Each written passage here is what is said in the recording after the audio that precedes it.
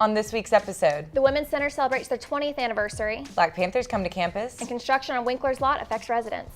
All this here and more on the Appalachian Update.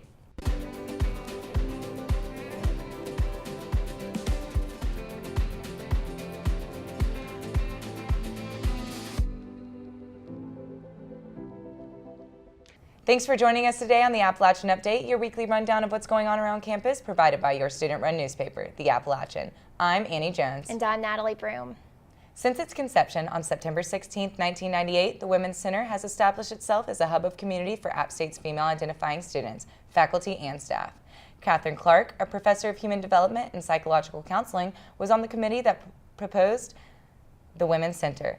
Clark sent a proposal to the chancellor and asked for $1,200, a computer, and a room in the Plymouth Student Union. A year later, the center was created.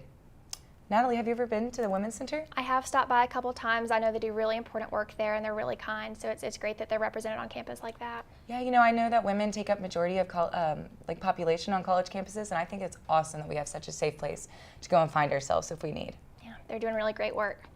3 different colleges on campus are giving back to the community in honor of their 50th anniversaries. The College of Arts and Science, the College of Fine and Applied Arts, and the Wright College of Education were all formed when the Appalachian State Teachers College transitioned into Appalachian State University, all the way back in 1968.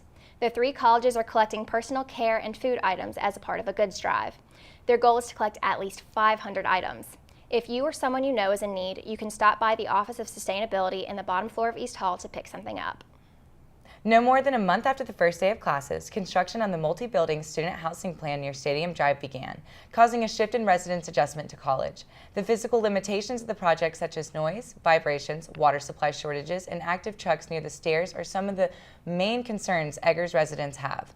Effects have been damaging to the community life of Eggers, making residents turn elsewhere for the comfort of home. And now for your arts and entertainment stories. App State Center for Judaic, Holocaust, and Peace Studies hosted the panel discussion on October 17th with 3 former members of the Black Panther Party. The photographic essay was titled Revolutionary Grains Celebrating the Spirit of the Black Panther Party and Portraits and Stories. Barbara Easley Cox of the International Section, Billy X. Jennings of the Central Headquarters in Oakland, California, and John R. Hayes, known as Raz John, of the Winston-Salem chapter were part of the discussion. The Appalachian Book Club on campus is looking to open a new chapter, this time with more member participation and community impact. The club founders plan to run the club as a democracy where the members vote on every decision, including the book and genre they read, when they should meet, and the activities they do when they're not discussing books.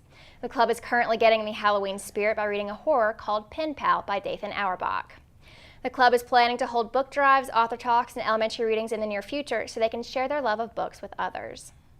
With growing success and popularity, Hatchet Coffee will be moving and expanding within Center 45, which they share with the climbing gym. Aaron Parler, co-founder and general manager of Center 45, said the company plans to keep Hatchet space as a lounge and area for climbers, changing it into a smoothie and juice bar with energy replenishing snacks. Center 45 will also be using another empty space as a venue for Boone Pop-Up, a place for people to get some locally crafted goods. The next pop-up will be November 17th and 18th.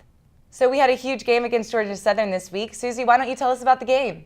Yeah, Annie, our A-game host, Austin Lopp and Grace Salter, hosted a live pregame show from Legends. Here's Faith Hatton with the story. Appalachian State football fans took over Legends to show their support for their fellow Mountaineers as they faced off against Georgia Southern this past Thursday. App TV partnered with the Appalachian Popular Programming Society to host a Deeper Than Hate viewing party for the Appalachian State versus Georgia Southern football game.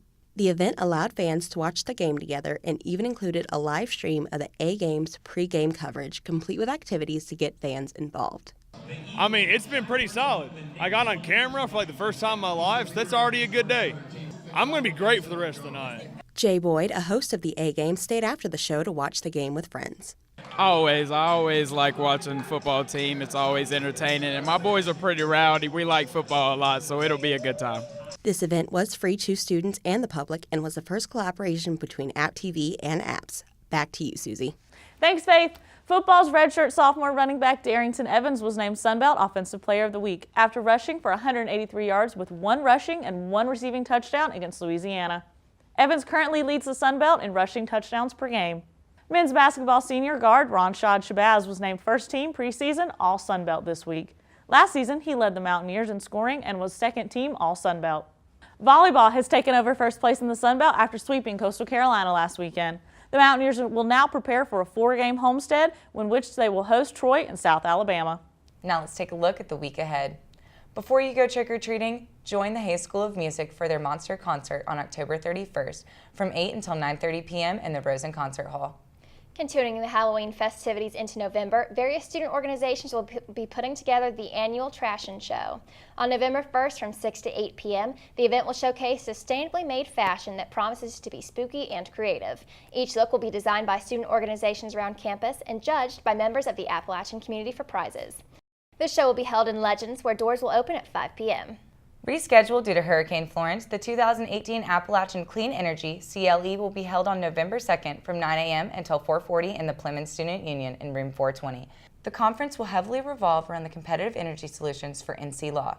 Registration's costs range from $225 to $275, but the event will allow attendees to network with professionals in the field. That's all we have for you this week. For more news and to read full stories, visit us online at theappalachianonline.com or pick up our newspaper every Thursday. Thanks again for joining us on the Appalachian Update. Until next time, I'm Natalie Broom. I'm Annie Jones. And I'm Susanna Cornegie, and we hope you have a spooky Halloween.